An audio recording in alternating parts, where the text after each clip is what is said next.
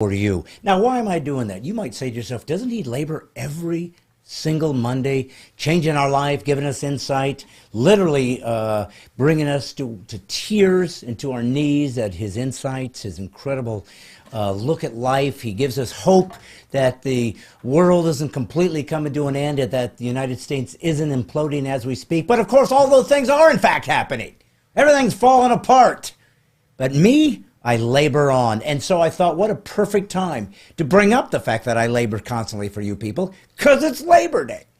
So that's something that I think everybody can appreciate, because my goodness, if it wasn't for labor, we wouldn't have any money.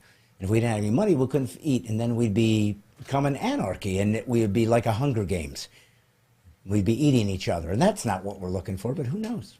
Who knows what the world's going to come to? That's why this amazing show exists, so we can find what's really happening on the dark underbelly of the World Economic Forum, expose them, and then flee to our bunkers, fully armed with something, because they've taken our bullets. If you're here for the first time, you're confused and yet intrigued. You've stumbled upon the most unique podcast ever drummed up. And it doesn't need me to tell you that. Why, I think it could be better represented in a song. Hit it, son.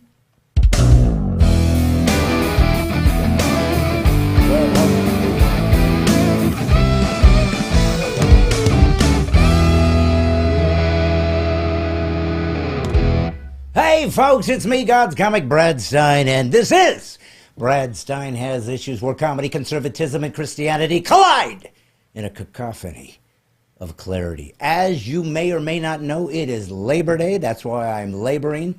And I'm looking at my amazing, what do you call this, Wyatt? What's this thing called? This iPad? Yes. You know? Yes. Very common It's name. a complex version of the Neanderthals, chisel, and granite. I don't think the Neanderthals were using chisels and stones. I'm pretty sure that was more like the Greeks. Oh, the Greeks? Or were they the ones How who about used- the Egyptians in the No. hieroglyphics? They used papyrus. Oh, so they used... I remember that 'cause I it's fun would to think say. that the chisel would destroy the papyrus. That's what throws me. Well, early games of rock, paper, scissors were a bit, controversial. Amen. Listen, I can't find my people, Wyatt. Did you search your name in the thing? Search my name. I'm here. I'm up. It's just that my whole page is here. It's just not. It's not like showing people's names and whatnot. Well, people are already telling us that they're not getting notifications, so that's normal. All right. Well, that's do key. Listen, you haven't made waves until you're shadow banned. That's why this podcast is so pathetic. Nobody sees it, not because it's not the best thing out there, but because we're shadow banned, because why? We're too dangerous. We talk about papyrus. We talk about chisels. We talk about Egyptians. I mean, it doesn't get any more grittier than that, son. Do you need Super Wyatt to rush in and save the day? We and do find indeed. your We audience? do indeed. So, if you are brand new to Brad Stine Has Issues, we take that concept of issues you're about to see and disembodied hand show up. We take the idea of issues seriously. In other words, not only do we talk about the issues of the day, and not do we talk about my issues as a stand-up comic / actor / author / my son found what I needed all along guy, but our podcast constantly has issues. Falls apart, wheels come off, smokes, burns to the side of the ground, and then becomes nothing but an empty shell of a carcass. Wyatt, isn't that what we were shooting for? To be the empty shell of a carcass of a podcast, son? I mean, I thought it was weird when you put that in the mission statement for this. Yeah. I thought that was like one of your jokes. No. but, No, that's what I was shooting for. You know what? I'm beginning to realize that the podcast is a joke in a whole nother light. Listen, Wyatt, everybody's podcast, they shoot for professionalism. They shoot for authenticity. They shoot for pristine production. And I thought, if everybody's doing that, go the other direction. Go the other direction. Number one, put you behind the board. I mean, look. If you do something nobody else does, that makes you innovative. Amen. Call me an innovator, son. Innovator. Thank you. All right, we're going to start and see what's going on. Guess who's watching me creepily? I hate it when it just says They're watching you. Nick Kress, or as we like to call him, Saint Nick. Carrie Tudor's watching me. Louis Leon. Hey, Brad White and friends. Awesome show all the time. I love how this guy has such belief in us, White, because we haven't even started the show, and he says it's awesome. Happy Labor Day, everybody. Oh, it's Tencel Sizemore. He hasn't been with us lately. And I sent him a postcard and said, when are you coming back, Tencel? What do you apply? Never. You just thought they'd show up arbitrarily and act like we were finally going to be groveling. We're not groveling, Tencel. So. Yeah. Nick Kress is #1 on Facebook, right? Right. Who do you think's #1 on the YouTube comment? Karen Boyd. No. Absolutely wrong. Tencel Sizemore. I wish. No. Not the best name ever. Yes. Force Bainey. Michael Quackenbush. Oh, Quackenbush went over to... You know why? Because a couple of weeks ago when everything went down on Facebook and we went over to YouTube, he must have got so comfortable with it, he decided he would just stay there. Yep. And I like our second comment on YouTube because it's T.W. Smith. Yeah. Who said, and I quote... Please? Howdy. Oh, is he a cowboy? I'd hope so, because otherwise... He's just a man of a few words, son. One word. The best word.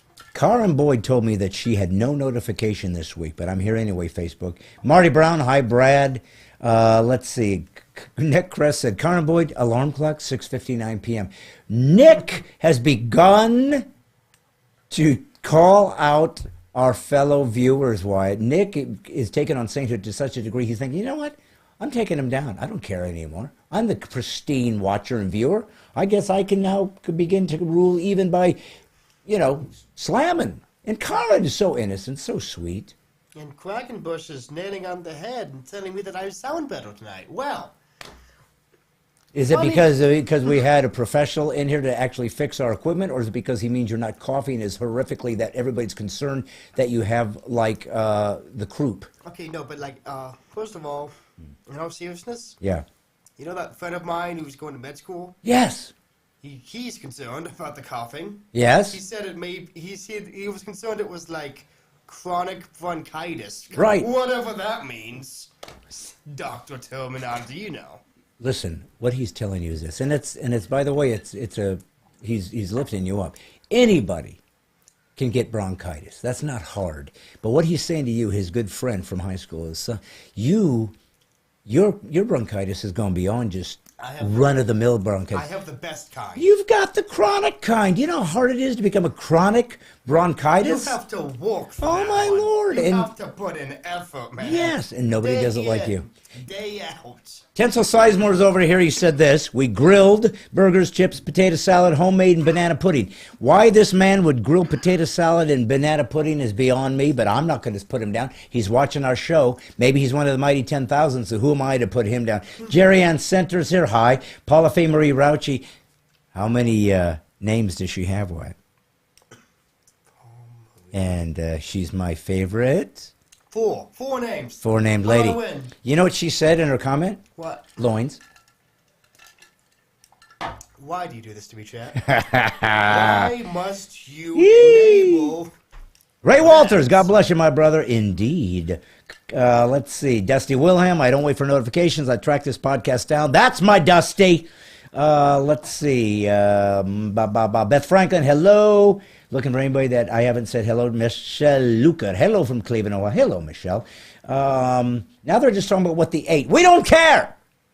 These people are ridiculous, right? They're telling everybody what they ate. And there's people dying right now. There's somebody somewhere in some third world country going, I came on here to get some inspiration. And all I've seen is I'm the only one that didn't get anything to eat on Labor Day. So these people are ruthless, Wyatt. I'm getting a comment by someone whose name I will butcher pronouncing. Okay.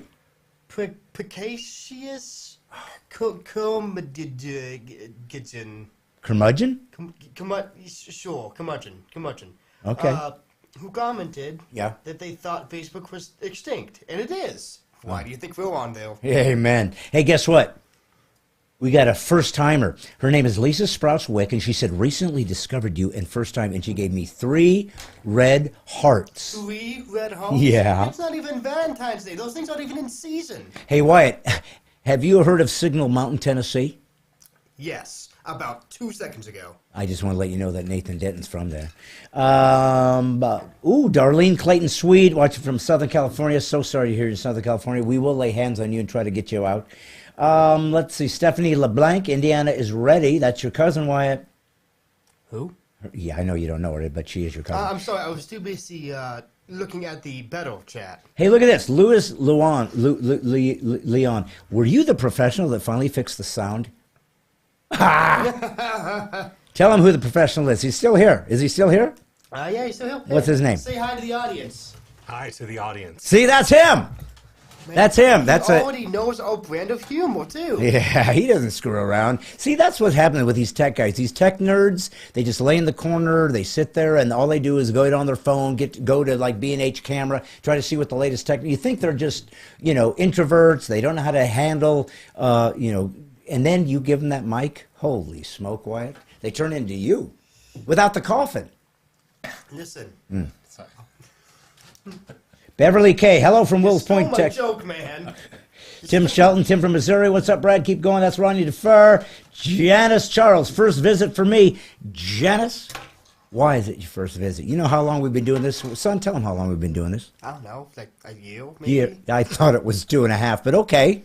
Yeah, that's how bad it is. See, Wyatt is a young man. He's Gen Z. So in Gen Z years, we've only been doing it a year. But those of us who went to school and learned actual math, it's been about 2.5 to 3 years. Look, I can learn all the math I want. It doesn't change a thing if I refuse to use it. Amen. I believe that math is the language of God. Why so? Because math transcends language, it transcends time. It is something that is not material, but it comports to reality. You can use it to actually do everything from calculating the amount of ducks on a pond to how to get to the moon. So it has an incredible function and the ability to create from whole cloth concepts that we can speak to each other about and utilize it, even if we're in another part of the universe. It works all the way around. It's a natural law. It's something that God gave us, and it presupposed us and our ability to be observant of math. It existed before we were aware of it. Anything else you need to know, Wyatt? Yeah. What? You believe in the moon? Nah. Not if I want my conspiracy theorists to hang on and keep donating. Let's see. Barbara Alstrup, hey, from Beaverton, Oregon. Brad, you went right past me. I'm one of your fans. Oh, Nina DeLuca. I'm so sorry, Nina. I won't do that again. Why? Remind me next week that if we see Nina, not to pass her. Who? Nina DeLuca, the woman that doesn't like to be passed up. She is somebody that loves us and shows up every Monday live. I thought you meant the one that did want to be passed up exclusively. Now, why? Listen, it's Labor Day. Do you know what that means? I had to walk. Yeah, you had to work, but listen, what Labor Day was supposed to do was to celebrate labor, to say that it was a good thing. Now, who do you think first postulated the idea that labor is celebratory as opposed to a crushing blow to humanity that we have to endure simply to survive? Who first created and gave a sacredness to labor? Any idea? I would say the people who do it the least. Yeah. As a cover, so to avoid giving you pay raises. See, I was trying to go. What? I was trying to go with some kind of philosophical depth and some sort of. And you just said, nah, let's just run this into the ground. That is the thinking of someone who clearly has not labored enough. Amen. Trust me. Listen, If you work. don't you think I'm laboring? Do you have any idea? You have a couple buttons. You have one little mic. You have your little button to play this on here. But who's truly doing the work here tonight? Me. No. Really? Yes. Okay, pal. Next week, you're here. I'm there. Let's see who fails first.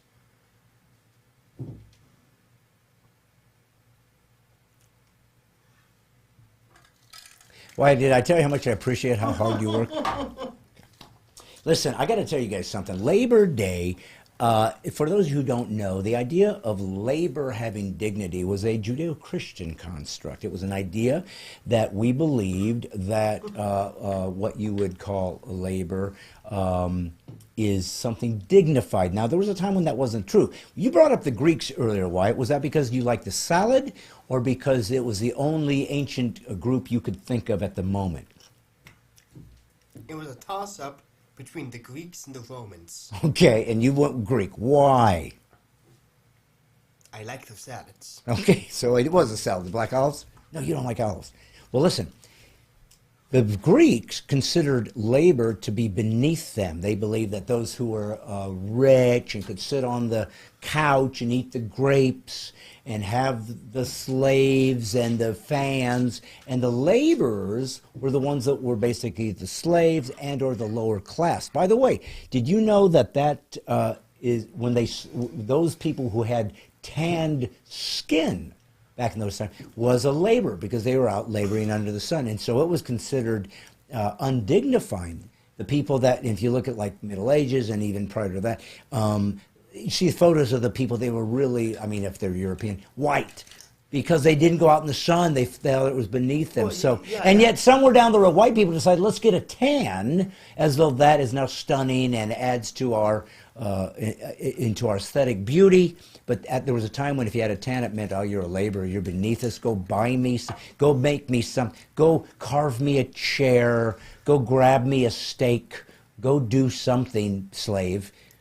And we got beyond that now, and now we see it as to do labor is to honor God. It's a way to worship God, believe it or not, by doing something. Well, if you're going to be a cobbler, cobble the best. Be the best cobbler there is. Wyatt, you like cobbler. I think it's peach, or is it cherry? Cherry. Yeah. Peach just doesn't...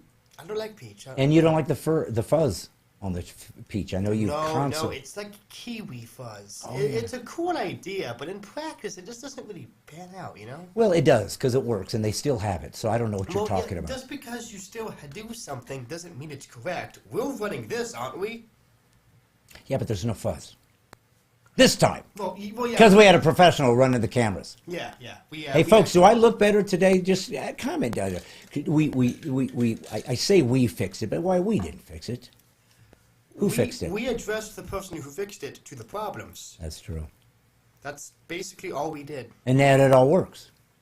And you were stunned. You were watching him touch buttons you've touched many times. He goes, why did it work when you touch the button, whereas when I touched the button, somehow we ended up in Bangkok? No, you see, what happened was he pressed all the buttons that I looked at, said, that's useless, I'll never need that, and then passed it on. So useless buttons that you've avoided, he actually utilized and found out, these are kind of helpful. Yes. Well, I give you credit for being humble enough to admit your incompetence, because some people keep it to themselves, not you.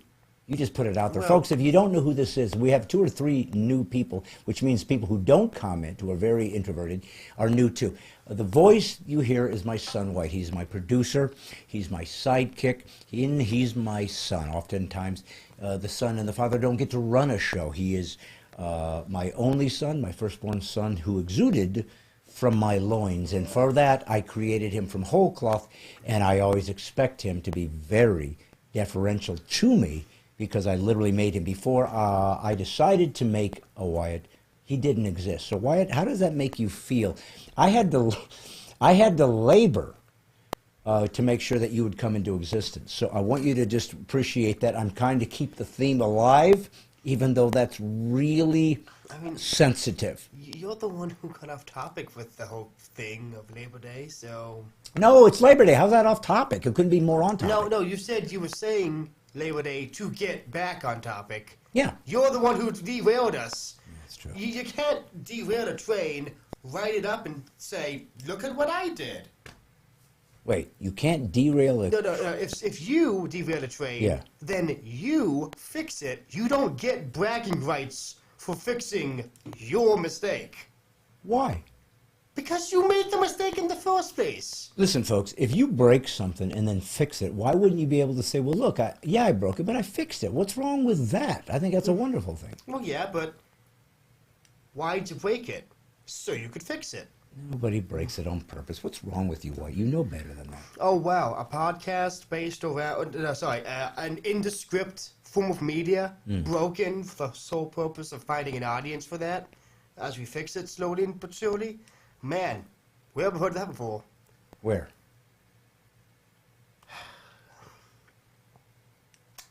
You know, so about Labor Day. Yes. Stumped him, my friends. My key is get the button pusher and push his buttons. And as you can see, I left him drifting in the wind. Son, I got to tell you, you know I was gone for quite a few days. I don't know if you noticed. Normally you don't. I thought it was quiet on you. Yeah, it was because I wasn't here. Ah, that would do it. I was in Texas, and I performed 2 nights in Texas for a wonderful ministry called Hope House, where young women who have usually had addictive problems and so forth come to this house and get their life squared away and come to know that Jesus is God, and that changes everything. And then I spent 6 days on set in Albuquerque, New Mexico, because what was I doing? Why do you know? Any idea? Yeah, you were a garbage man. I was, but in what context? I was gonna say volunteer work, but I feel like No, I was making a movie. yeah, he was in a movie. I was in a movie, and so as you guys know, or maybe you don't, and if you have IMDb, you can go look. But I was in a couple, a handful. I don't remember. You ever been in a movie, son? As an extra, Yeah, which counts. it does. You were in a movie. Yeah. How were you? Were you good at it? Did you feel self-conscious? Let me put it to you this way. I completely forgot about it. Until I brought it up. Maybe a week after what happened. I know. That's how you are. You're that kind of a. I think you. I would consider you an idiot savant. I would too. I'd love to consider myself that. What do you think your savantness is? We know where your idiot part is, but what part is your savant? What are you really good at that others aren't maybe quite as skilled at?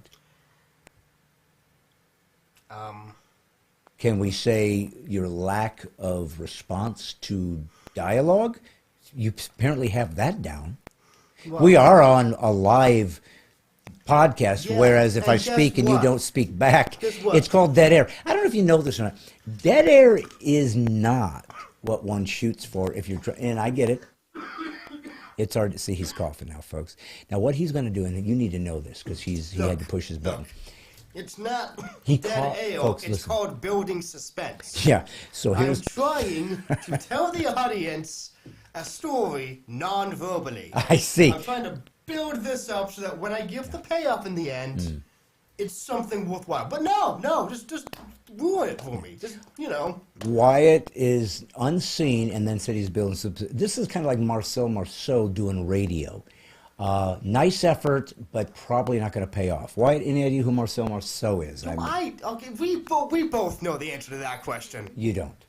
Yes, we don't. Okay. He was a mime, and a very famous mime. But a mime on radio lacks some robust connection What to if the... there's a live studio audience? Okay. Now, for those of you who wonder why he keeps making this odd speaking gesture, he continues to tell me that he has an allergy, or he has what's your buddy call it? Chronic bronchitis. Chronic bronchitis. He has none of these things, folks. This is his way of making an excuse when his repartee fails, when I take him to the hoop, as I do now. My repartee isn't failing. It's part of comedic identity. You have to have timing. You don't always answer immediately after a question. You gotta give it time to simmer, to settle. Oh, I like that, time to simmer. Well, here's what happened, folks. So when I was out there, and then afterwards I went to Pahrump, Nevada, and performed for a church in Pahrump, Nevada, where Frontside is, which is where I've gone twice to learn civilian handgun training for concealed carry permit holders. And I wanted to take you one time, Wyatt, but it didn't pan out. They said they'd take you, but you coughed too much, and they're afraid you're going to shoot somebody. But How are those two things even remotely related? if you coughed, and then you end up shooting the instructor, and they frown with that, believe it or not. And they're tough guys, but they don't like getting shot. But anyways, I was all these places, but one thing that I did do is I went to Albuquerque, New Mexico. Now, I got to work with my favorite director that I work with. His name is Daniel Lusko. Daniel is a fan of mine. I don't know why, son. I don't know what it is that I did to earn his favor, but he has directed numerous movies. Again, you can look him up on IMDb. But he has put me in virtually every movie he does. He finds a part for me. He just likes my work, and I'm so grateful because not everybody has that guy that just appreciates what they do and finds a spot for him. And so this is the fourth film I've done with Daniel. It was also done with Ben Davies, who played the lead. Now, you guys might remember if you watched the podcast, Ben was on once. We interviewed him as an actor. Do you remember him, Wyatt, Ben Davies? Oh, yeah, I remember him. Was that somebody you really enjoyed and appreciated, or Yeah, did you find yourself definitely. bored and annoyed? Definitely the first of those two things you said. Okay, bored and annoyed. Yes, Okay. exactly. And so we also had, well, as a matter of fact, I can show you. We had an actor who was first well known in the '70s in a I guess it's a sitcom. It was called The Dukes of Hazzard. His name is John Schneider. As a matter of fact, I might have a picture. White, can you show the John Schneider? He's the blonde. Pop him on up there. That's the Yep. one I just sent to you. And Pop there up. he is. There's me and John Schneider. Now notice me, White. Can you see my photo there? Yep. Okay. What do I look like? Garbage man. Yeah, you know why? Because you're garbage? I was playing a garbage. man? I was playing a garbage man. Anyway, so I have my headband on, and some people were commenting about my mustache. Now, a few of them were women who didn't know I was married, so obviously they were pining for me, Wyatt. What is it about my mustache, Wyatt, that makes even men That's a good question. To which I mean, I don't know. Maybe. But when you first said, when you first said, when you think that is a handsome man. Actually, my immediate reaction was, who are you? Oh, right. You. Okay. You've never seen me in a stash before? Mm, I like to think of it as retro 70s biker meets homeless man. You know, I'm sure you'd love to think of it like that, wouldn't you? Anyways, I wore it for John and for the part, because your job as an actor is to create the part, create the character, and it helps with the look. Well, how do you see this guy looking? And I thought, if I'm in a garbage guy, maybe I'm a little gruff, a little scruffy. Where do I come from? What is my age? Wearing the headband. It's dirty. It's sweaty. And there was another actor on there, a very famous actor. Matter of fact, this guy is so renowned that if you go to his IMDb, he is actually the second highest ranked actor in history for the amount of movies he's been in. He's been in more movies than everybody in history except for one guy, and I don't know who the number one is. But it's him. His name is Eric Roberts. His sister is Julia Roberts, and Eric was in everything from The Dark Knight to I don't remember all, but there he is now. I think he first, when I said let's get a picture, he did something to me first. You got that other photo? Yep. He said, "Here's how we're doing. We're going to put it sideways," and then I said, "Okay," and then he did that. So that's his joke. So anyways, and then he took the second one. But anyways, it was a lot of fun to work with those guys. There's going to be a cameo by Sean Hannity. There's going to be cameos from let's see, Victoria Jackson, Jim Brewer, who was a comedian that we also, the only comedian I think I've interviewed on my podcast, even though I'm a comic. He will be doing a cameo, and so it was a lot of fun. And I told you guys, for those who are interested in what I'm doing, especially if you're new to the podcast. So when I started doing this, my whole point was, I am a Christian, I am a conservative, I'm a comedian. That's a weird combination because normally those three don't match. And so because of that unique perspective from my worldview into my comedy stand-up, it kind of set me apart, right? And put me into a very unique category. And it cost me my career to a certain degree. I'm not going to ever be on Jimmy Fallon. Probably not going to get a Netflix special because these are bigoted people. They're not Americans. They're citizens. They use the great freedoms given to them by America, but they don't believe in freedom. They certainly don't believe in giving equal respect for those who disagree, and that's how children behave. But that's why systemic narcissism is killing America, because it's run by adults who think and behave like children. Nevertheless, I found my own little niche with my own little group of folks who wanted to make faith-based films and things that have maybe a redemptive film to it. And so I told you guys that if you wanted to help this podcast grow and be able to have even more unique guests and maybe have other types of clips and do other kinds of fun things, and we're going to keep growing it the best we can. Again, we're limited to a certain degree because Wyatt's at the control, and of course that's always going to be a roll of the dice if the thing is going to completely just, I'm waiting for the whole place to catch on fire someday. But until then, we're going to try to grow it and grow it. And we do that by people who want to invest in what I do. Brad Stine Has Issues. So if you want to join and you consider yourself American, as in you love this nation. You don't worship it. You worship God, but you love this nation. You appreciate its freedoms. You appreciate its religious liberties. You appreciate its freedom to redress your government. You appreciate the fact that you have a Second Amendment right to defend yourself against a totalitarian government. You appreciate that your borders should be secure so that you can make sure that people come in are going to bring the best they can to this nation and not destroy it. All the things that are happening and imploding in this nation as we speak in real time are the things I'm trying to fight because, as I've told you before, DC's abandoned us. And so it's got to be a peasants' revolt. It's going to have to be us, the regular people, fighting back, showing we have the numbers, and that we will not ever again, ever again, ever again, ever listen to anything you tell us to do in regards to shutting down our business and what we wear and what we inject. That's done forever. And if you don't do that, you're a slave. And that's up to you. If you're a coward and lack the ability to see what has taken place and what is happening to our freedoms and give it away, I can't keep you from doing that. The problem is you're taking me down with you, and I don't think that is a fair means of my life and living in liberties, which you're using but not appreciating. And we can only appreciate them by fighting for them. So join the mighty 10,000, the first 10,000 people that give $3 a month. So it's very cheap because I didn't want it to be about money. I wanted it to be about put some skin in the game and help us have a little revenue so we can start doing things and continue to grow. Just like I hired a guy to come in here today and help us with these technical elements because, again, Wyatt simply can't.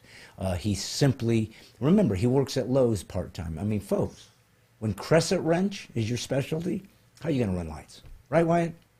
I mean, if you hit it with a wrench hard enough, because of maintenance, you're bound to get something to work.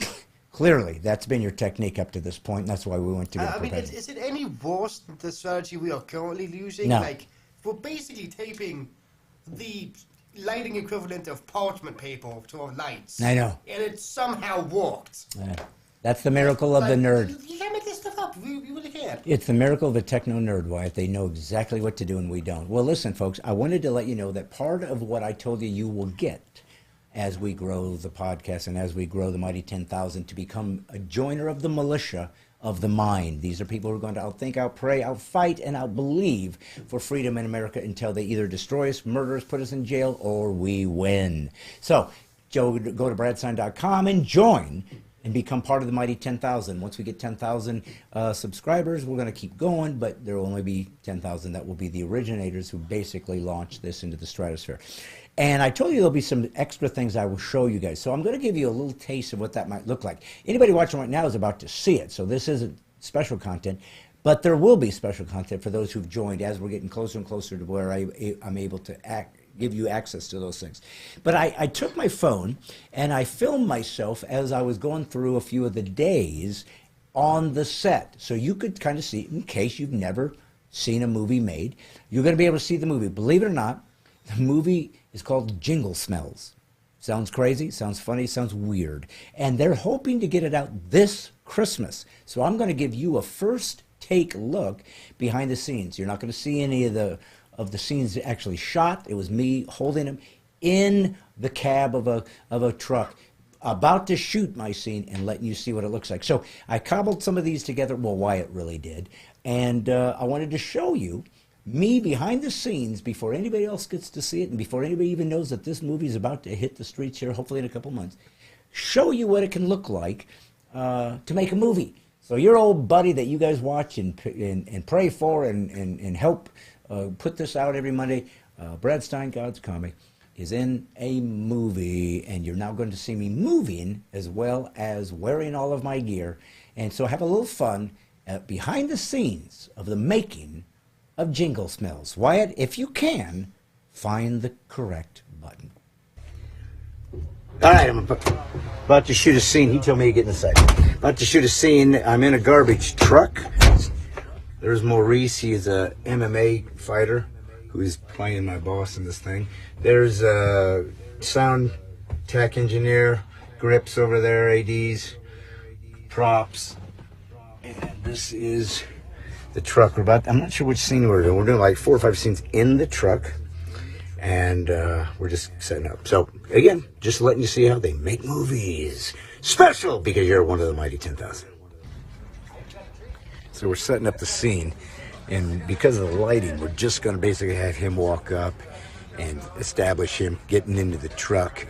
And then later on today, with different lighting, we will do the scene that actually appears here. So maybe I'll reference this video right now when I show that clip, perhaps down in a few months when it comes out, so you guys can see what it looked like. But that's what they're doing out there. That's Daniel Lesko. He's the director. That's the first AD right there, assistant director. They're preparing everything to make it look nice and garbagey, trucky area looky.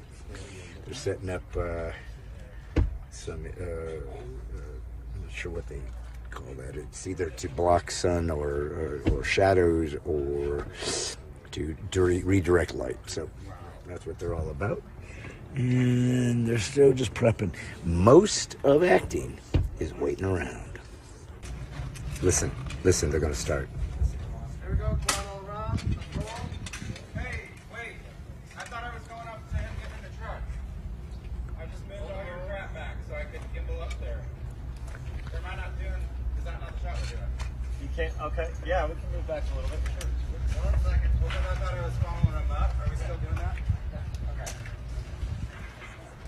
So, wait. You got push back. I need to cut as close to this car as I can. That's the DP, director of photography, trying to set up his shot, and he has to reposition it because they weren't right. They're always repositioning lights, cameras, have to worry about angles, the background.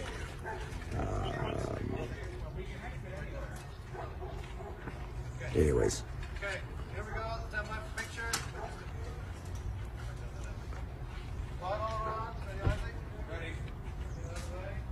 Let's roll fade. Okay, next set. Here we go. And cue and background and action.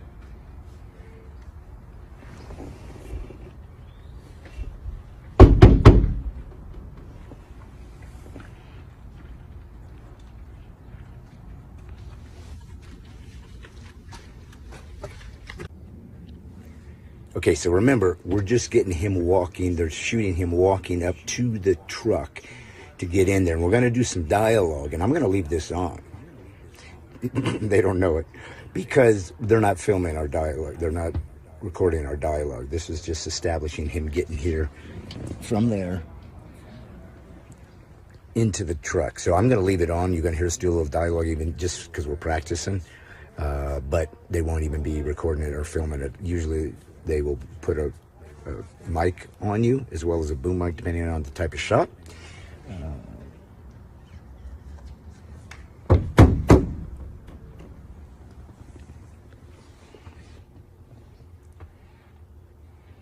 Here he comes. Well, wakey, little man. Yeah. Breakfast of Champions. I said, I was wondering how you had such an amazing bod. And they cut. Okay, so you saw them, him get in. They shot from behind him walking up. Now they're moving the camera over there. So now they're going to get a point of view of him getting to the door, opening the door and getting in. These are all establishing shots. And then when you see the dialogue, they'll cut it all together and you'll see him running down, jumping in, but they have to move the camera to make it, to create the continuity so you can follow what's going on. So that's how this game works. Lots of camera moving. Every time you do a dialogue amongst yourselves, they shoot a the master shot of the two of us, depending on how they shoot it, maybe through this windshield, I don't know, or they'll put it in the cab. Then they will say what they say, get you your close-up and or turn it around. So they'll shoot just Ben, all of his dialogue, even though I'll be delivering it from here. Then they'll turn it around on me and get mine. All right, so we're setting up a camera in a trash can. Look at this. So we will open it, me and Ben, and then you guys, when you see the movie, will see us looking down the whole time through this. And this is what it looks like over there. That's Ben. He's drunk. So I have done everything I can to help sober him up, but it's not working well. I literally have propped him up. Go for it, yeah. I just lean down a little bit more. Here we go. You guys know where you're looking for Wilson? Where you looking No, that's where he is. But. yeah. All right, guys. See ya.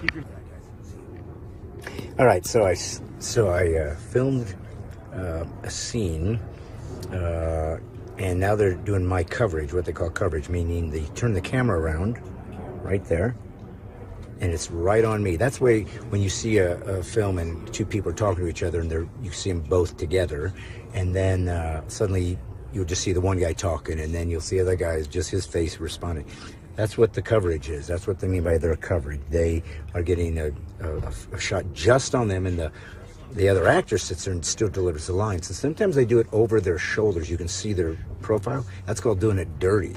And so then they'll spin it around and do him, and so that's how you make a movie. So we're moving to that next thing. That, by the way, is the sound guy that makes me sound like I'm legible.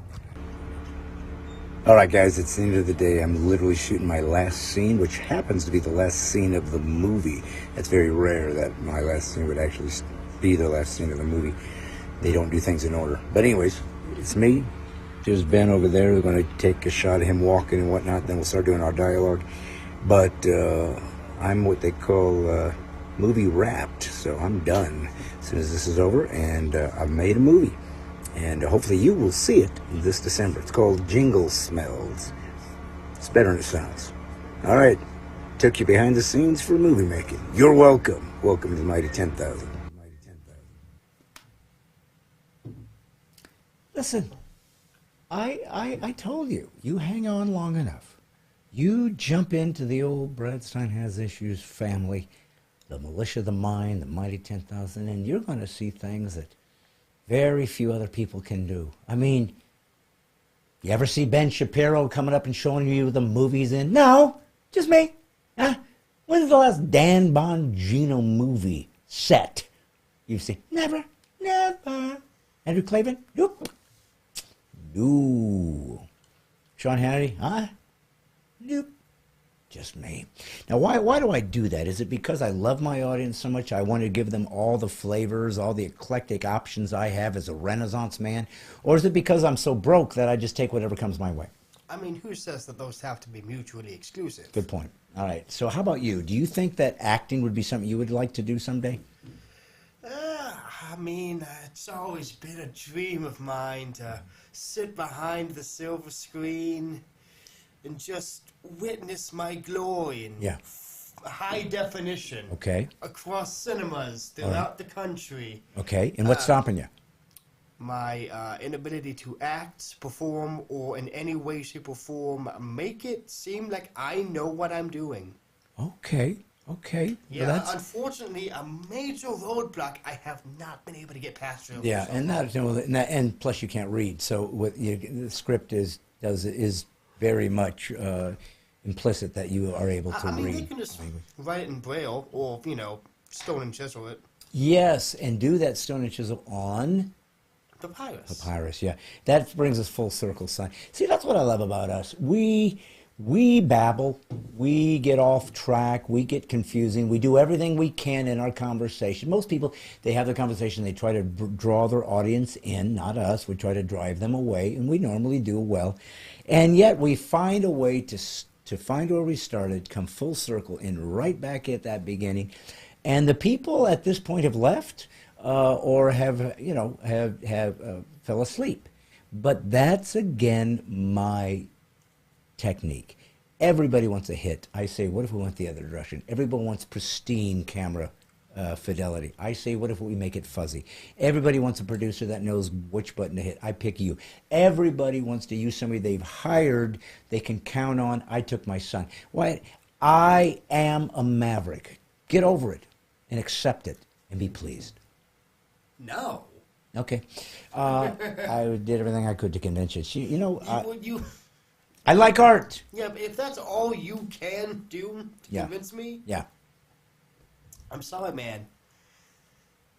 You might be in the wrong business. Well, I am in the wrong business, Wyatt. I should be.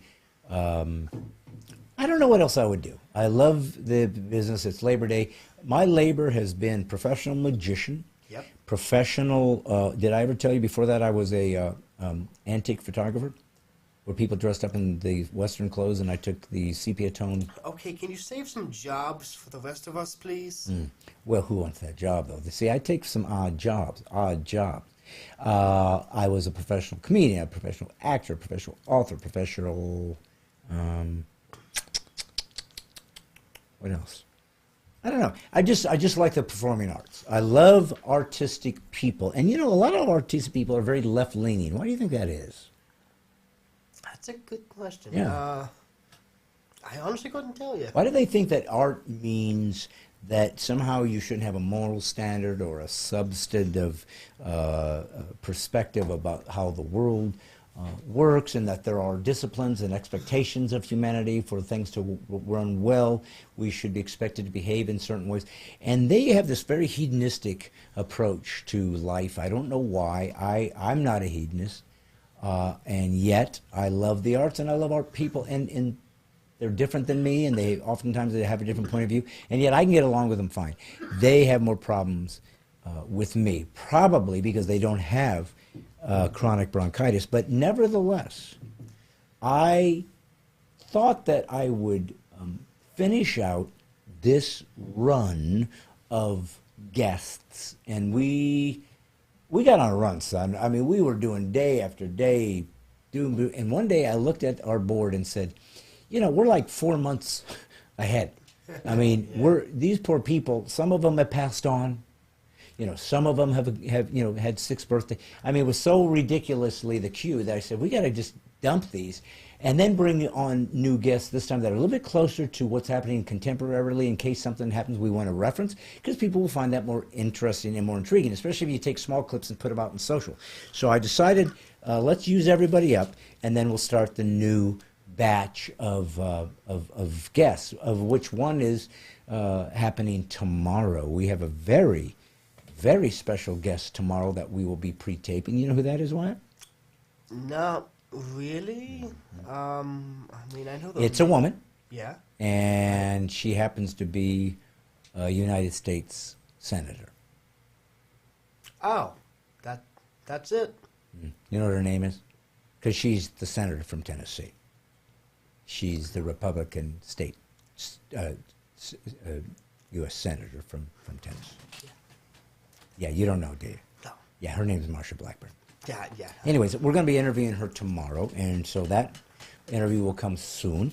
I have some other folks lined up that I want to interview and bring to you guys, but we have one person left in our giant queue to finish that first batch. And people have enjoyed the people we've had up to this time. And I was talking to you about art and how we were joking about labor, but you know, art isn't labor because it's something we love. And it's hard. It's hard to be an actor. It's hard to be a comedian. It's hard to be a singer. But if you love it, you know, not only are you doing something you love, but you're giving people something kind of that inspires them and that moves them. And that doesn't mean that any other job, like, you know, changing oil or fixing tires is equally important. It is.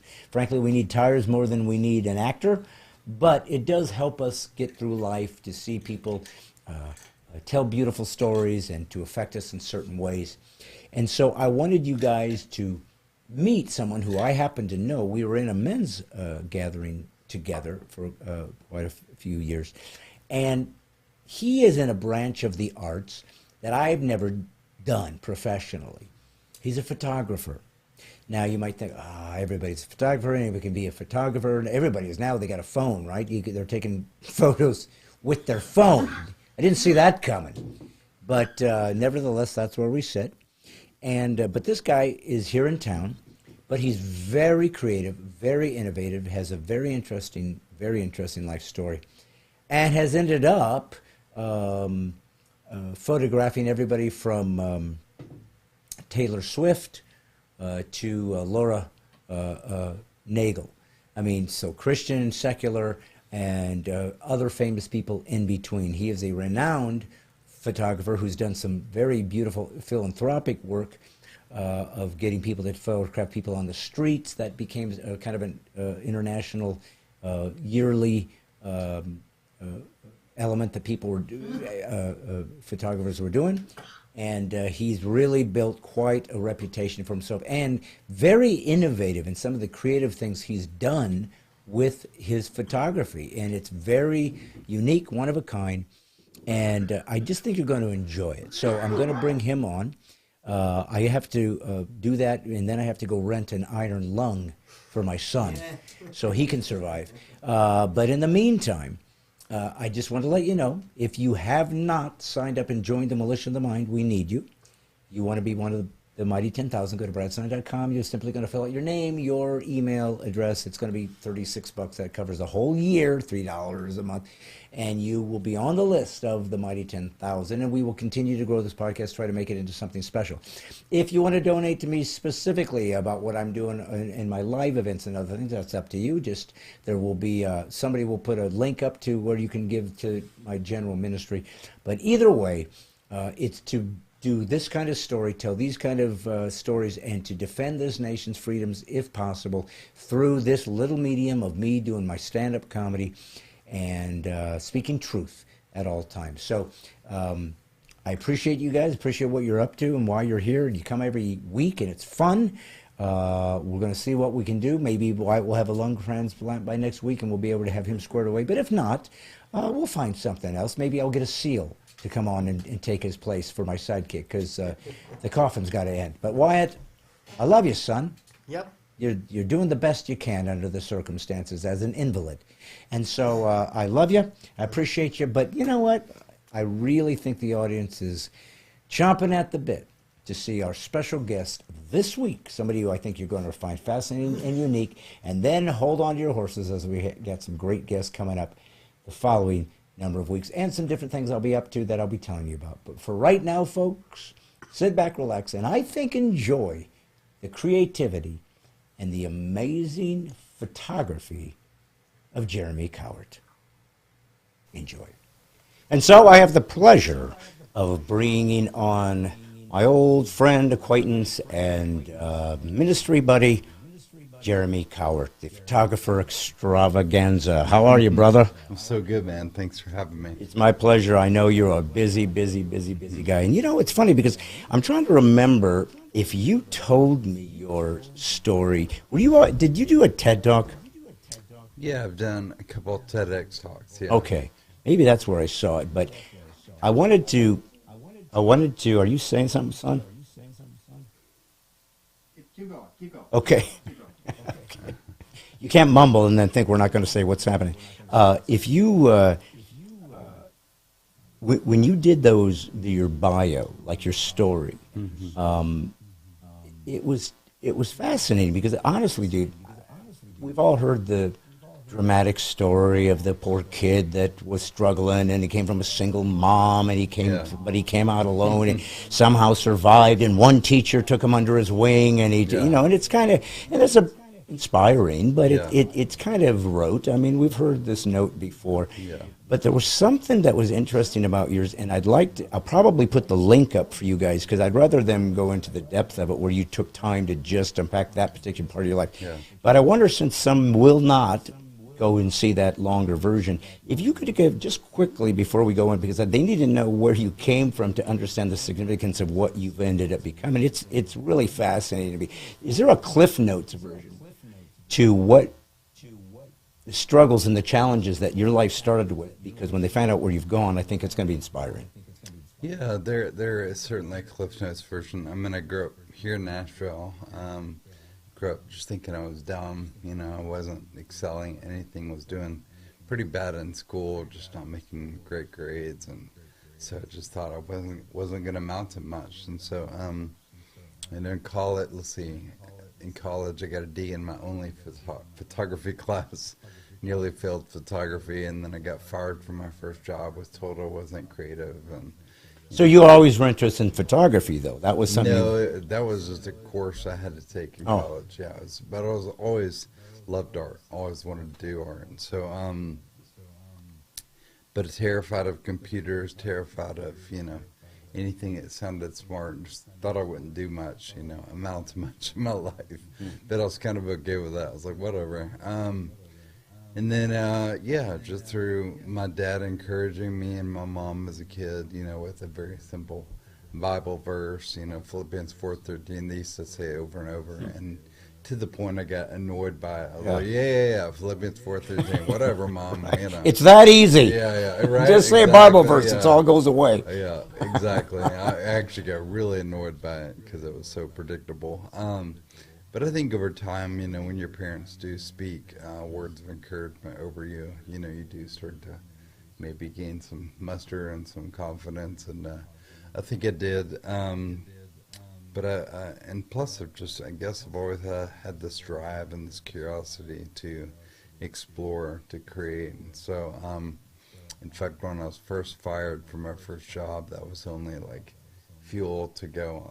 I'll show you. Good, I got this. Yeah. So, thankfully, it's been a good journey ever since.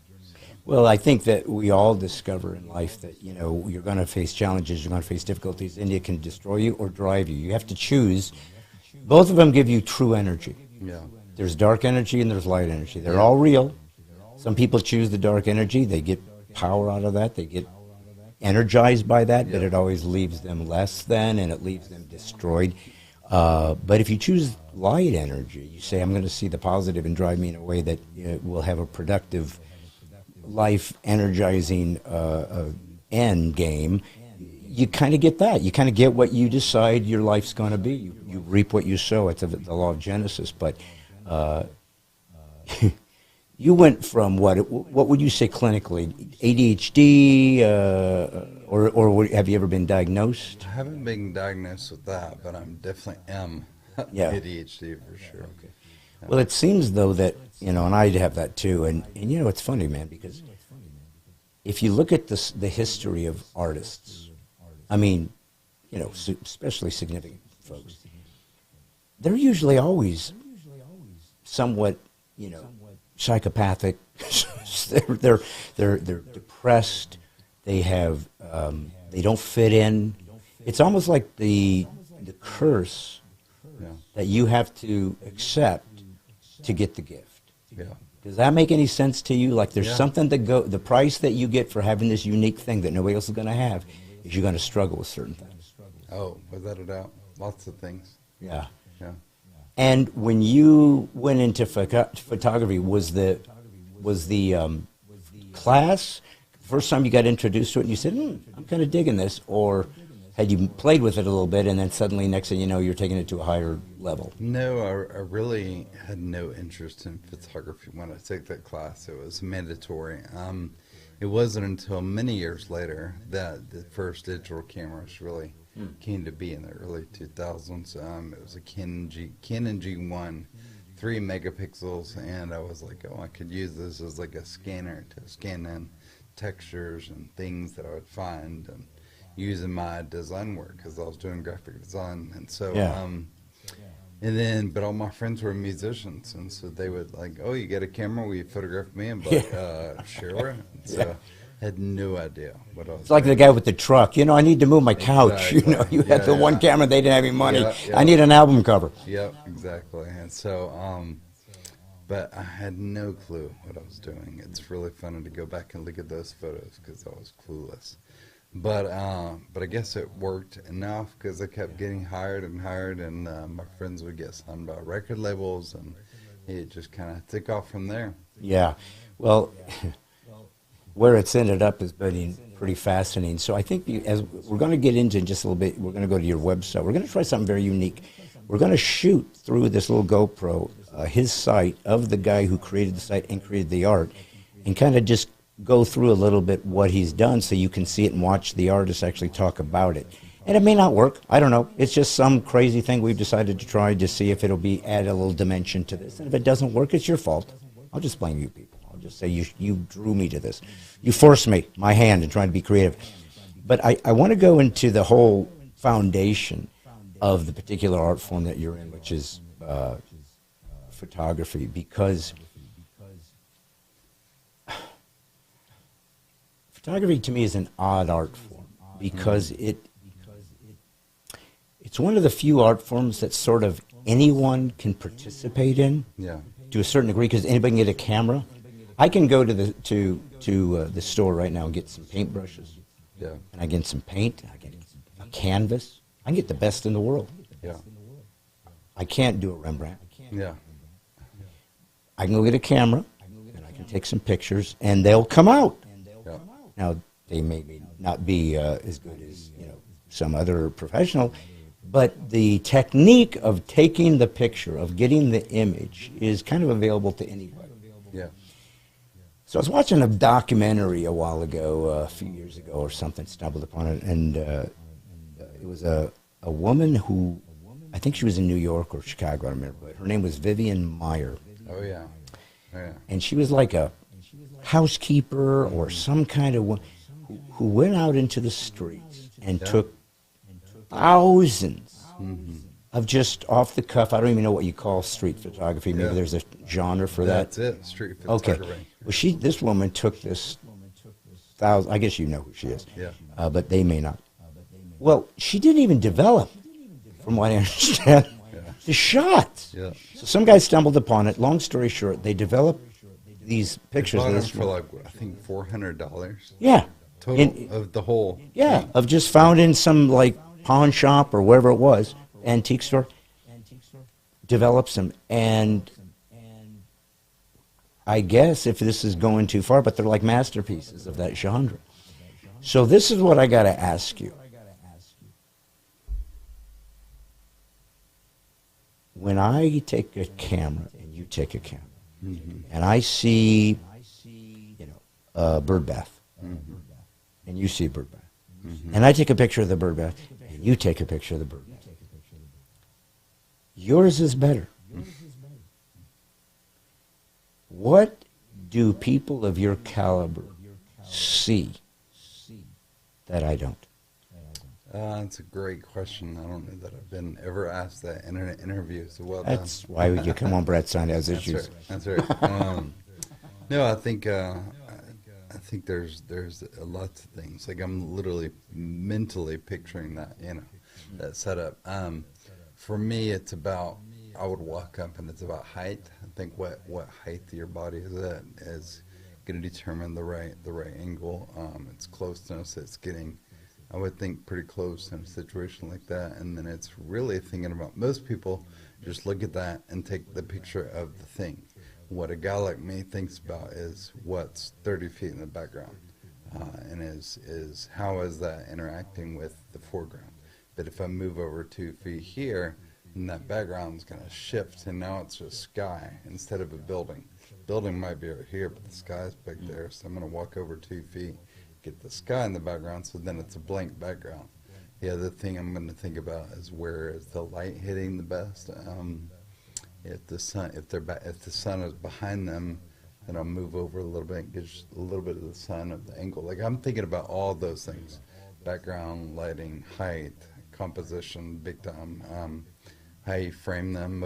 Your average person with the camera doesn't think about any of those things. No, They that's just what I think mean. It's a there's bird tool. bath. Yeah. A hammer and a chisel are tools, but in my hands and Michelangelo's hands, it gets different results. And that's kind of what I was saying, was you see things that I see only in the finished product. I can appreciate it. Yeah. But I can't compose it in my mind. And to me, that's an abstract giftedness that must come from the way your brain's wired, because it's the same frickin' object. Yeah. There's something else. But you mentioned, I've decided to let the sky become a backdrop palette. I've decided to allow, I'm going to get a little bit closer because I'd rather have it up a little high. Ooh, I want to get a little bit of shadow. So are you trying to dimensionalize this thing? Are you trying to make it almost get a three-dimensional form? Or is it just more of light and angle of shadows of giving me textures that I'm interested in? Yeah, it's just wanting to make art. Anytime I'm pointing a camera, it's trying to make a beautiful photograph, a piece of art. And so it's all of those things combined. And then there's the editing. How am I going to edit it to help further tell the story? And usually when I'm shooting something like that, I know where it's going to go in post. And usually it's light, it's not a lot of post, but still you can make things actually look more natural and more beautiful with post. Because sometimes things to the naked eye look terrible, and then using post you can make them look like what they should have looked like. Yeah. Is that cheating? These days, no. I mean, even in the old days, no. I mean, Ansel Adams was master of post. I mean, his was all dark room. He was known for the lighting, but you're saying that that would be manipulated in the dark room. Massively, yeah. He was master manipulator in a positive sense. Yeah. It's really good. Yeah. Well, you know, it's funny because as art progresses throughout human history, it takes on new sophistication. I mean, if you look at Renaissance art, of course I'm talking about mainly portraitures or canvas and using paint, but perspective wasn't understood. At one point, they literally, a gentleman had to, I forgot his name, you might know, but the guy that created the grid that allowed you to be able to find out how to create perspectives, because they didn't understand that the mountain behind the guy can't be the same size, or it's going to look sort of, I guess, one note. And they figured out how to diminish that size, but gives the illusion of foreground, background, whatever. Yeah. But they had to figure that out. Mm-hmm. I mean, we think as we're used to that would be normal, that you would not want to make that look the same because it doesn't look natural, but they couldn't see it then. Yeah. So what is happening in art, in the way that people are seeing it? The artist is the one that's seeing this thing. He's the one that sees something's missing or something's wrong. And maybe it's such an abstract concept that it's not like you can just say, what's this? Yeah. But I'm trying to understand what you guys are able to envision. For example, when you go make a piece of art through a photograph, do you find that most of the brilliance and the completion finds itself later when you look at it and go, holy crap, there it is? Or is most of it you've created it and you've established where it's going, so I know exactly what I'm getting? Maybe I'll do some doctoring later. Or is there more of this sort of serendipity that makes you have something that you couldn't have imagined even if you were trying to get all the angles? Yeah, it's funny that you ask that, because these days I shoot mostly in a white room studio against a white wall, which I hated that whole studio thing my entire career. But now I've spent the last 10 years inventing a system that is complete and utter total chaos. And so I call it a contrived happy accident. So I shoot on burst mode, which means really, really fast, and I have tons of lighting rotating, which is a system I invented, and then backgrounds rotating at the same speed at the same time. So it's spinning or it's moving, you mean? Or? It's just changing. So imagine this wall being a projected backdrop, but there's 300 backdrops that are rotating about 10 per second. So it's just going and on video, you mean? Yeah, it's a video that I made. And then I have all these big lights that are doing that same thing. So it's so my whole studio is like a stroke-inducing setup. And so the idea there is that I'm liken it to just scribbling. Like I'm so ADD, and I'm like a kid. It feels like painting, and so. But when somebody is sitting in front of the camera, I don't know what's going to happen. But I've invented this guess framework that just something's going to happen. It's going to be interesting, but I don't know what's going to happen. So what provoked that invention? Is it something you envisioned, or did something happen accidentally? You said, hey, I wonder if I can manufacture that regularly. Yeah, it's a lot of photographers say they love film, and we say that because with film you get a certain level of unpredictability. You don't really know what's going to happen, especially with like Polaroids. Like a lot of times Polaroids don't even turn out, but sometimes they'll get these weird light leaks or just weird blurring and see strange things that are really beautiful. And I love that about film, but I love the immediacy of digital. Yeah. And I want to be able to edit right away, and so I've had to basically invent my own film version of digital. And so now when I shoot, I'm getting all the light leaks and all the weird, unpredictable elements. And it is on film, though. No, it's digital. Oh, so okay, so you're creating the sort of the vibe of film, but you're doing it with digital so you can look at it immediately. I think it was, if I'm not mistaken, Jerry Lewis, the comedian, was the guy that first came up with the playback on cinema film, the original video cameras. Yeah. He would play next to the master camera so that he could look and see what the shot looked like. But I wonder if there was something.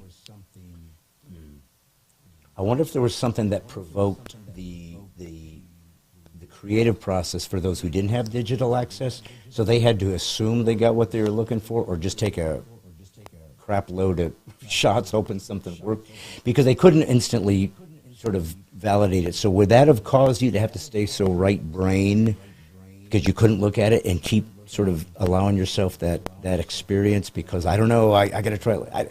I don't even know if I know what I'm saying, but I'm curious if there's something by not having the instant evaluation, it forces you to stay even more creative. Yeah, I would say so. I mean, I love with my process, like, I do love that I can see it right away and tweak and play, because if I was shooting film, I guess it'd still be fun, but we would be a lot more expensive. Yeah. But yeah, you should come by sometime. Oh, absolutely. Well, and the thing is, you have a proof of concept. What you're doing, clearly people love it. And that's the key, right, to art, isn't it? Well, let me not answer the question. Let me ask it. Is it more important to do it or to sell it? To do it, for sure. I've always wondered what is the definition of an artist, and I've come up with my own definition, and that is, I think an artist is somebody who, if they were the only person alive, would they still create? You know, like if there was no audience, right? Would you still create because you had to? I think that's what an artist is, and I know for sure I can say that I would still be creating. I don't know why. I just literally have to create. I have a studio full of paintings that I've never once tried to sell, you know, because it just had to come out of me. I don't like them. I don't. But they had to come out. You know, that's interesting you say that, because I had this philosophical mind experiment, and it kind of fits that, so I'm going to bring it up. I've never brought it up on camera. But I once wondered, why did God make us? Because he's omnipotent, omnipresent, omniscient. Okay, so think about this, being that person. I know everything, which means I have nothing to learn. He doesn't get to sit around and read a book. Like, we enjoy learning new things. Oh, I didn't know that. Oh, that's fascinating. Oh, I gotta go see that. You've got nothing to learn. That gift there's something new. That gift there's something new. He's got nothing. He's got nothing to do. That'd be a project. I'm excited. Haven't done it yet. I'm nervous. Can't wait to see how it turns out, but that's what's motivating me. Well, if you know it's going to be exactly what you want perfectly, it's almost like, what's the fun of it? Yeah. It's the danger that gives it sort of the intrigue, yeah? Yeah. And he is everywhere, so he has nowhere to go. Mm-hmm. You and I get to go visit Fiji. Yeah. And go see the Antarctic and bring our camera and see if I can make something crazy off of that, 24-hour sun or whatever you would think as a photographer. Here's what I'm going to capture. You've got nothing to do. So I thought to myself, well, he's redundant. Yeah. What does God have to be of existence other than he's necessary? I mean, he is God. He has to be here. That's what makes him necessary. We are contingent.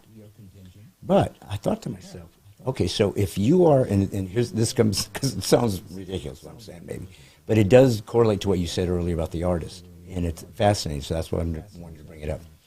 If I was a king and all of my subjects died, am I still a king?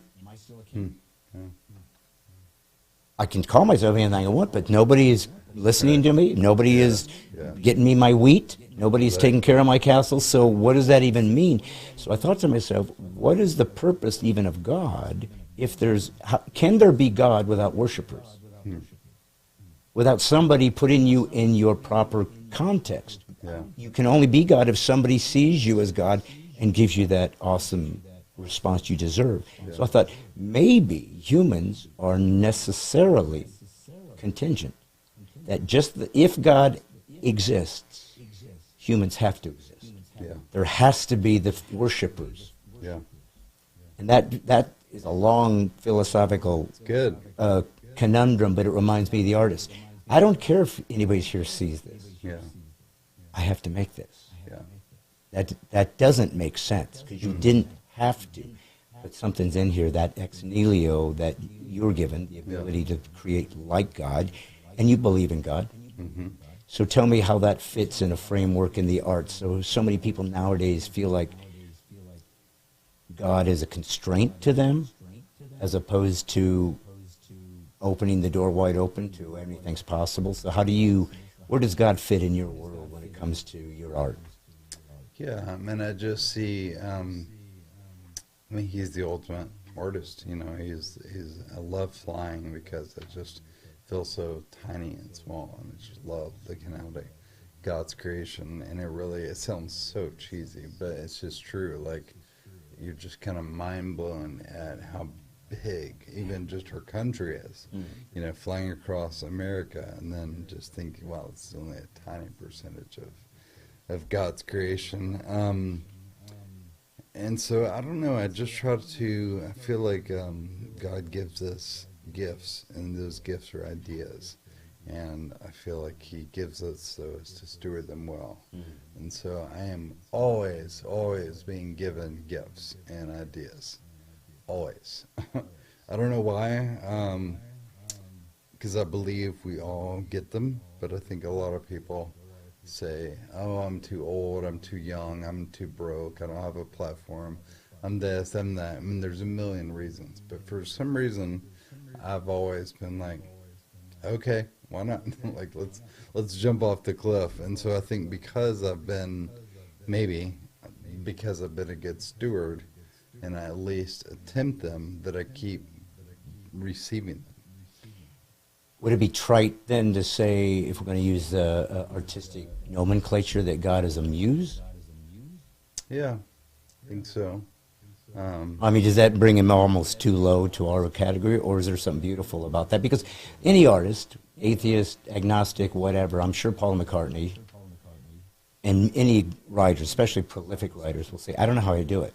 I just thought of a song. I don't know why. Yeah. Like, it's always been there. All I did was tune in and find it. Mm-hmm. Is that kind of what you see it when you're seeing the visual arts? It's like it was always there. I just happen to know how to tune in and get it crystal clear. Yeah, that's a good question. Elizabeth Gilbert talks about it. She's not a believer, but talks about it in a really interesting way. She compares ideas to, like, they're just floating through the air looking for a partner. Yeah. And if you pass on it, it'll continue drifting till it finds its partner. And I could see it that way as well. Maybe they're both one and the same. God is drifting these things and seeing who will be the right partner. But even last night, I couldn't sleep because I had a new idea. And the funny thing about my ideas is they're not just photography or art ideas. I've had ideas for hotels and apps and books and talks. And, Yeah. like, literally the most random of ideas. In fact, I just recently built a brand new website as of like 2 weeks ago that I've always struggled to know how to brand myself, if you will, because I do have so many different ideas. So finally I built this new website, and I'm like, all right, like, this is what I do. They all don't make sense together, but they're all me. And so here's the hotel, here's the iPhone app, here's the project in Africa, here's this really weird performance art thing I'm about to do, here's another iPhone app. Like, it's just an idea portfolio. Well, I'm going to show the viewers here just in a second, and of course you guys should go and look at his website where you can have more time. But while the artist is here, he can obviously better to explain what he was thinking and how this all came about. But before I go right to that, I don't want to just dismiss the hotel. I want to just do quickly, let them know, just to show the extremities of your creativity and the courage to try to put it into play, because anybody can come up with anything, but so what? Either do it or it's irrelevant. I guess that's going to drift off to the next guy who does say yes.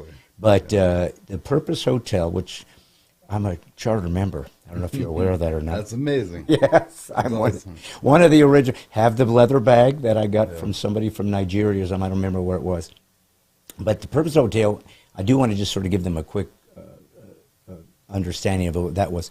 You went to a hotel, something, the way they framed it was interesting, and they almost anthropomorphized the room or something to other. Yeah. You found that interesting, stimulated conversation. You thought yourself, or a thought in your mind, what if I created a hotel that everything in it could actually be giving back to somebody else? If there was some cutlery, it was forged by some guy in Yugoslavia, and if there's a vase, they did that in Uganda, and then the sheets were woven in India. So everybody kind of gets paid back, and you're given work, you're given opportunities for people, especially in maybe more third world countries, or at least more poverty stricken, so they could have a way to actually get paid while you're visiting and participating in a hotel. So, I mean, again, I want to get to this, but I think that's so interesting, and we only have so much time. I wanted people to at least understand what that was and how's that coming. Wasn't the first one going to be in Nashville?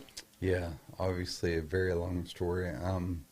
Yeah, and the vision has evolved a lot since then. It is all those things, but it's also going to be this very kind of futuristic, techie creators hotel. And so, yeah, a lot has happened. Obviously, a pandemic paused the entire hotel industry, the whole entire world, obviously. We've had a lot of amazing deals fall through. I've changed partners over the last 2 years. We have some really exciting happening right now. I can't talk about it yet, but the thing is, like most hotel, especially brand new brands, really do take 10, 15, 20 years to get up and running. You don't just do this overnight. The problem with the way we went about it, doing a Kickstarter, is we hung our sign in the sky day one. Most hotels build for the same amount of time we do, but they don't hang their sign in the sky till the very, very end of the journey. And then everybody's like, oh, where'd they come from? They did that fast, it's brand new. When reality is, they took just as much time as we are. But it just looks, because we did the Kickstarter, it looks like we're like, slacking and just not doing anything. And so frankly, it's just been embarrassing for me, because I'm like, I promise we're doing stuff. We're working our, what's off all the time. Well, I gave, many did, but I gave a little bit of dough to get started. I think it put your name on a brick or whatever you do with it. And but somebody donates, then I guess a product that somebody had created. But I just thought the idea was cool. I mean, it's like, and I got to say something, you're a Christ follower, as am I, and that's something that I think in this day and age, especially in this sort of postmodern, post-Christian, post-truth world, is diminished or even maligned in this day and age, as though Christianity is somehow some sort of malicious philosophy designed to oppress. And it frustrates me, because it's the exact opposite. I mean, the idea of taking care of your brother, the idea of taking care of the downtrodden, the idea of creating a hotel where people get help because because you feel like they're made in the image of God. This is all Christian ideas. And so to identify as that, I think, is so important right now in this day and age, that we aren't bigots, we're not hateful people, we're the opposite. We certainly believe in certain structures God has put into place, but every belief system has parameters. I mean, otherwise you don't believe anything. And so I just want I'm proud of, not that it matters, but I'm proud of you, because I believe that Christ is real. Thus, you and I are actually brothers. There is a kinship, a spiritual kinship forever. That's how it works. And so for you to have accomplished what you have, and to have Christ identified on you when so many either don't acknowledge the Creator, because all truth is God's truth. I don't care if you're an atheist artist, God still gave you the gift, whether you like it or not. But you aren't afraid and ashamed of that. And yet you've ended up working with some very interesting artists, which we're probably talk about in the at the end here, just so they understand your street cred. But I wanted to do this real quick, if we could. I hope it works. But I wanted you to show, because I think this is a demonstration of the lighting system that you created, where it sort of pans across. Lettergraph. Okay, Wyatt, are we on the GoPro? Okay, so you want to do it, or what do? You just so this would be a photo. Who is this? It's probably some famous guy, and I look like an idiot. No, that's actually just a local model. Yeah. So it's a model, and you took a photo, but something about you can. Oops, I lost it. He told me to do this. Where did it go? Why? Just hit forward, hit the forward button. Oh, okay. You know what you're doing. Sometimes I'm a techno. Okay, so I touch. Oh, there we go. Okay, so it's probably loading still, actually. okay. Scroll down, actually. Keep going, keep going. Actually, just play one of those videos. Which one do you think would be the best demonstration of the technique? Maybe the bottom left one there. Okay. So dig this, guys. So this guy's got this killer backdrop, almost like translucent emerald green or something, and then it just sort of within the context of the photo, you're watching the lighting textures just move. I don't even know how you do that. Yeah, it's not a photo or a video, because it's not a photo because there's motion, but it's not a video because there's nothing that's moving. Right. Literally, the only motion is the light. So it's just being what? It's just being sort of edited, like it's being pulled in while the other one's being pulled out? How is it making that illusion that it's happening in real time? Yeah, it's a crazy system. I invented it with a ton of lights happening in a fraction of a second and then just animating it all together. So in post, you make it feel as though there's some motion to it. Yeah, it's happened so fast that the subject doesn't have time to move, which is how I'm able to capture them as a still portrait, if that makes sense. And so there's cameras and some sort of a wheel maybe, or just cutting across, or is it just... It's just one camera with a massive ton of lights built all the way around the studio. Try the top one again, but click on the image first. Okay. That's what I had to do to get more. Yeah, this is... There we go. Hold on. It's loaded. That's good. That's good. It's loaded. Oh, okay. Now try it. Oh. There you go. So yeah, with this one, you're able to directly change. This is a first NFT. You're able to control the light as the viewer, which, you know, the goal there is the light tells multiple stories. By being able to change it, and that the one you were just on, that was just featured at auction in London in November alongside Ansel Adams and Andy Leibovitz and all these Holy crap! It's great, dude. It's like dreams. That's like the big leagues. Yeah, it was definitely the big leagues. Wow. So tell them. I want them to understand. So you've been shooting. Have you been doing like a lot of, was it more sort of live shooting, or do you do a lot of like albums or photo shoots for artists? Tell the people, I mean, just, it is what it's probably a record, so tell them some of these people that you've been involved with, because it's pretty impressive. Yeah, just been shooting, albums, portraits, entertainment, celebrity, humanitarian, everybody from, gosh, I always forget who I've shot. Taylor Swift, Carrie Underwood, lately, Spike Lee recently, Mark Cuban recently. And that was just, I'm guessing, for a personal photograph? Like Mark Cuban, what would he be using that for? I photographed him at a crypto conference. Okay. They're like portraits backstage. He came into my little portrait booth. And you're not doing the light thing, or are you? I actually So was. you're doing that whole concept. And then did they buy it? No, we turned that into an NFT collection. Okay. Yeah. And what does NFT mean? Non-fungible tokens. So that's like crypto? Yeah, NFT. So if I were to print an image in my studio and I were to sign it and even give you a certificate of authenticity that the artist signed it and sold it to you, you would have that certificate. So the same is on the blockchain. When you buy an NFT, anybody can have that JPEG on their phone, right? But because your digital wallet is tied to the blockchain, once you buy the JPEG, there is a certificate of authenticity that is forever tied to your wallet. So you own that JPEG. So if somebody used it, it's almost like a copyright where they would have to pay you royalties if somebody was used it in a legal way. Yeah. Wow. So it's a way to sort of protect yourself having intellectual property, but you don't have all the legal contracts to go with it. It's just kind of like... Well, you do. They're called smart contracts. They also are attached on the blockchain to that NFT. So either the big projects like Bored Apes, either they own it, or if they do what's called CC0, they're giving you the copyright. Oh, nice. Some do. Now, you were with Britney Spears, I believe. You were on tour with her, shooting that? Was, yeah, and that long time ago. Oh, but it's still interesting. Yeah. I mean, was that fun, or did that get old?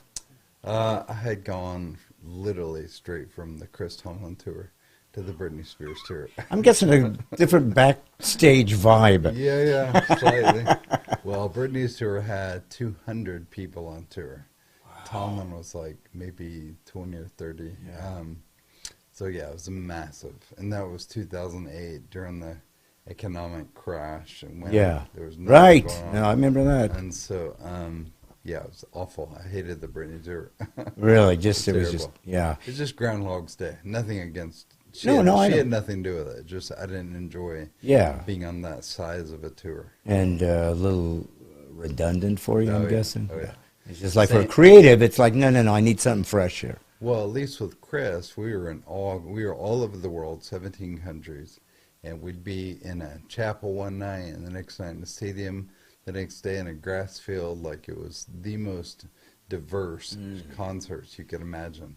Whereas Britney, once the lights are out, same costume, same dance moves, same songs. So what are they getting out of that? If you're in Japan and then you're in Hong Kong and then you're in whatever, Taiwan, and it's the same show. So are they just trying to show that here I am in this other place, Exactly. or are they trying to find some different shot they didn't get the day before? Yeah, it's just that press wanting to have photos of her in Paris, in Tokyo, wherever they want, even though it looks exactly like the same photos from last night, they want the photos from their town.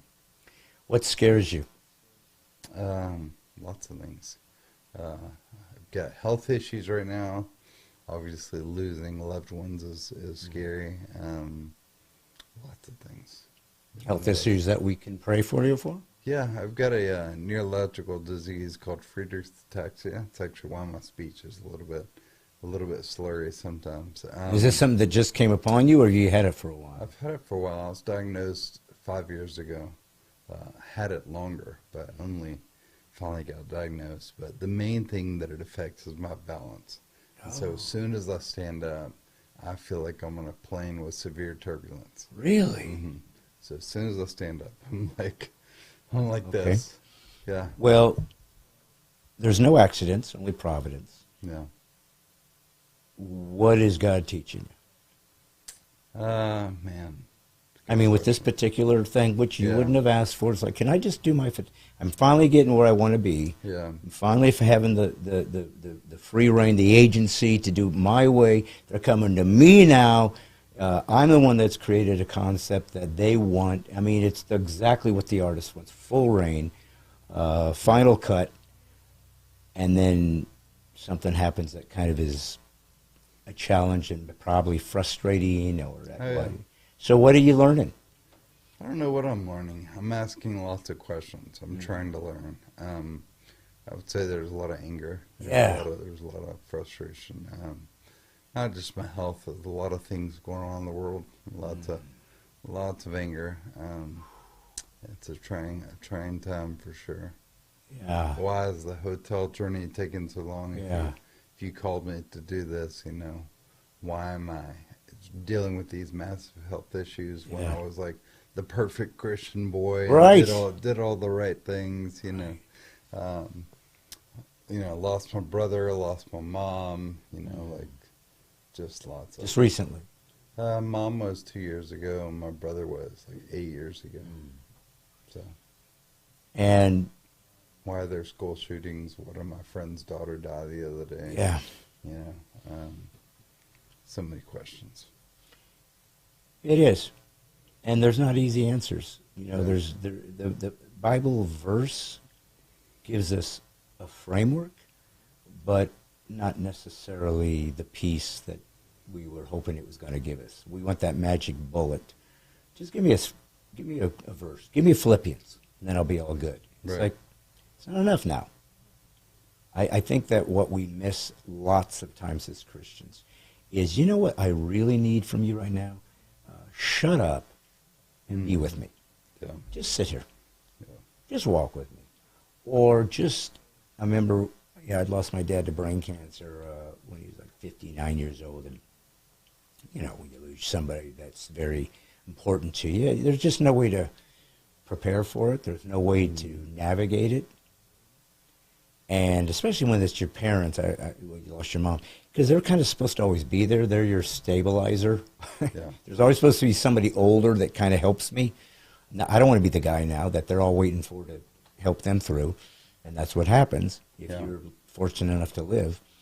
But I remember then my friend lost his dad suddenly one point. And I said, I'm not going to say the trite, well, he's in a better place. No.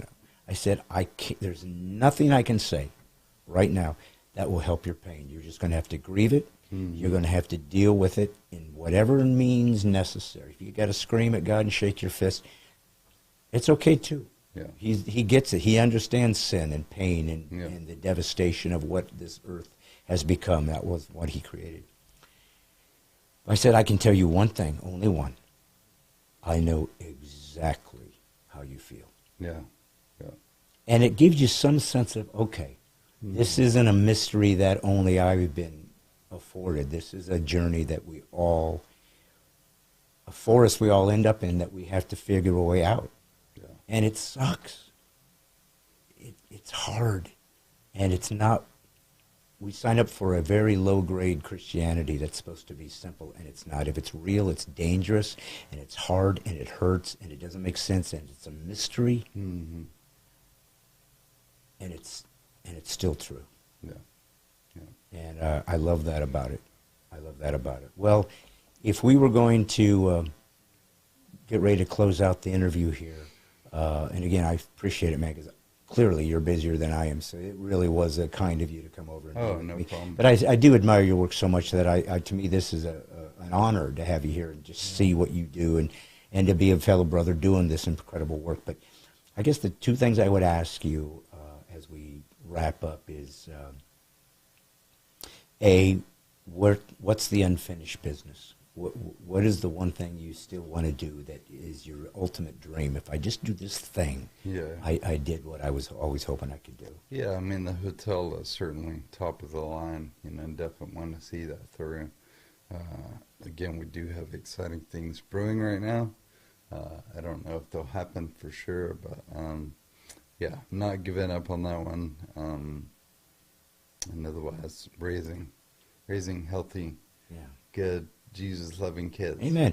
And there's no future art sort of hopes and dreams or concepts that you sure. would love to see fulfilled that is kind of percolating there but just haven't come to fruition yet? Yeah, it's funny. I'm a lifelong artist, but I still don't feel like I've been validated somehow at the levels that I think I'm at, which may be my ego. I don't think it is, but the art world is hard, and I've always followed detours, into photography, into graphic design, into web design, into other things.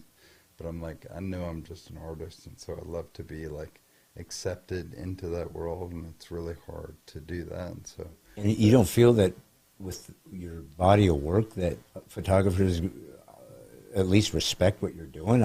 Can they ignore it? I know. Well, I'm not even referring really to the photo industry. To me, the photo industry and the art industry are very, very different beasts. But yeah, I'm more referring to the art world because I know I belong there. I've got crazy ideas for it. And so, yeah, I think I'm still on that journey. And I get people watching for whatever reason around the world, but mainly U.S. It is a hard time right now in the U.S., in the world. We've seen things, especially when the Corona came through, we saw things I don't think any of us really understood about how the world actually works, who actually runs the game, and how much we aren't in control and how much we're not free. Yeah. Especially in America, where we relied on the Constitution and liberty and free and religious liberties and so forth, as though that was an automatic. And it's like, not necessarily. Not necessarily. It's fragile. So, in the end, as someone who does have a body of work, who does have incredible creativity and God's honoring and so forth,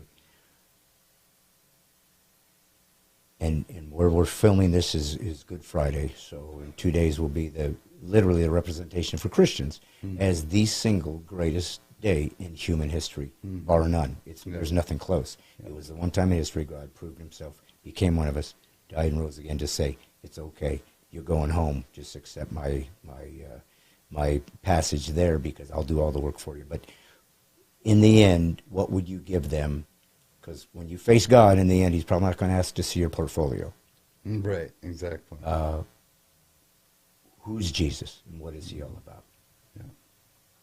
That's where we're at. So I hope that people, especially artists out there, Christians or more conservative artists, if we want to find a secular framework, there's a world for them too, I guess. Yeah. Maybe it's going to be harder.